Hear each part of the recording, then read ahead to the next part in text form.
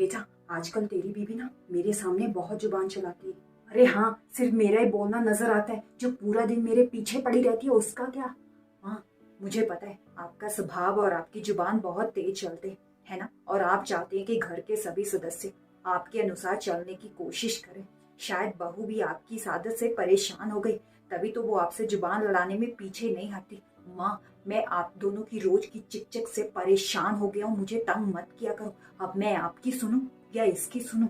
माँ, वैसे भी मैं आपकी आदतों से भली भांति परिचित हूँ, मुझे तंग मत किया करो।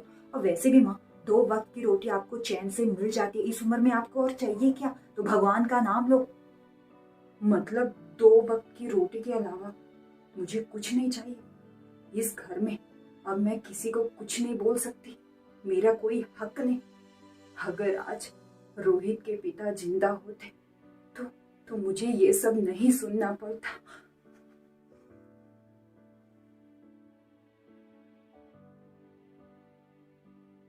जी, आपको देखकर बहुत खुशी हुई। माल है, जिस ननद को देखकर हमेशा मुंह बनाती थी, आज उसी ननद को देखकर खुश हो रही है।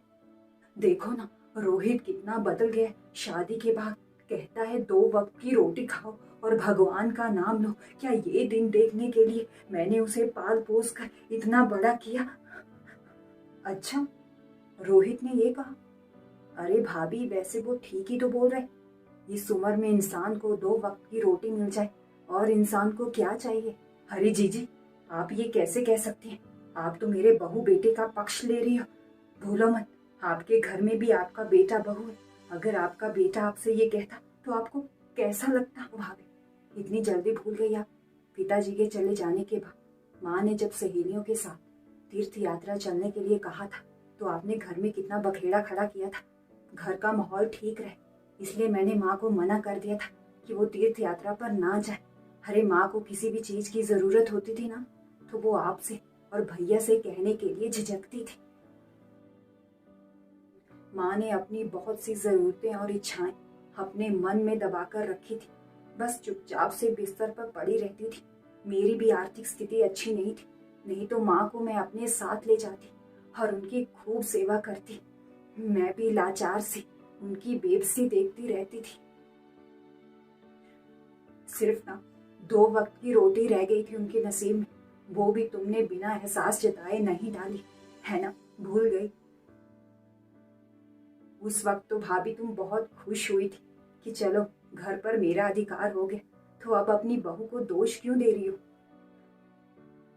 जैसा हम कर्म करते हैं ना, वैसा ही हमें फल मिलता है। जैसा हम बीज बोते हैं, वैसा ही तो फल काटते हैं।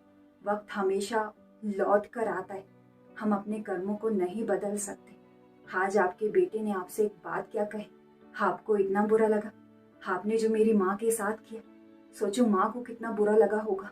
आपने बिल्कुल सही कहा। अब मुझे अपनी गलती पर बहुत पछतावा हो रहा है।